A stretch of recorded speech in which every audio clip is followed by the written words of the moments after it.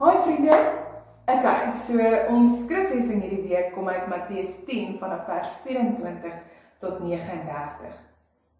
Gaan lees dit ook in verskillende vertalings.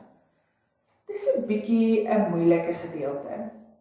En ek wil julle hoërskoolklomp uitdaag om regtig daai stuk te gaan lees, want wat dit van ons vra is, hoe is ons dan werklik disippels?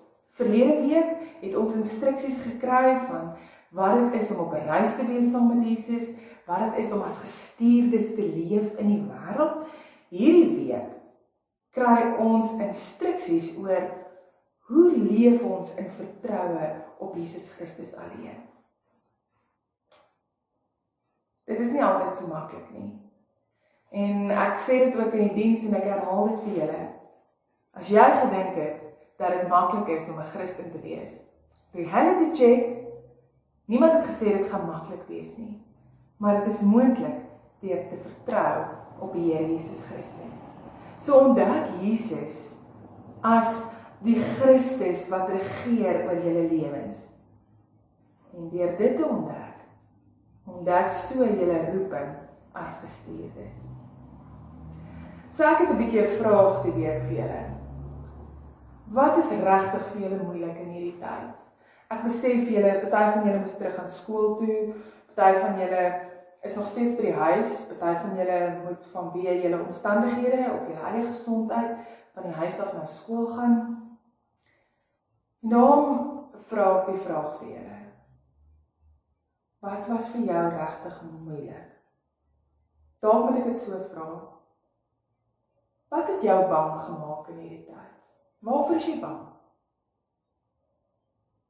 In hierdie gedeelte sê Jesus 3 maal vir sy disippels, moenie bang wees nie. Moenie mense vrees nie, moenie vervolging vrees nie, moenie lyding vrees nie.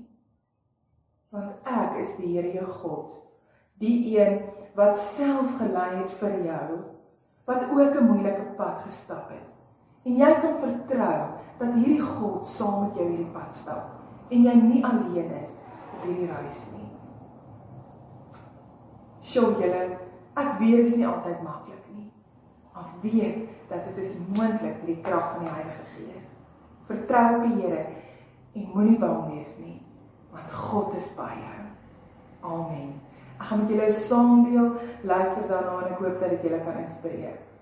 En as daar iets is hierdie week wat jy spesifiek met my wil deel, oor wat jou bang maak, waarvoor jy vrees, what's op my? Kom ons gesels daaroor. Kom ons gesels oor die dinge wat ons bang maak.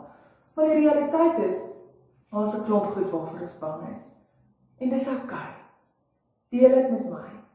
En ons kan saam daaroor gesels. En miskien kan ons saam ontdek hoe ons vertroue in Christus ons help op hierdie pad. Mag julle 'n geseënde week hê en mag julle oorval word deur God se liefde en mag julle vir God raak sien in hierdie wêreld, want hy sien jou raak. Amen.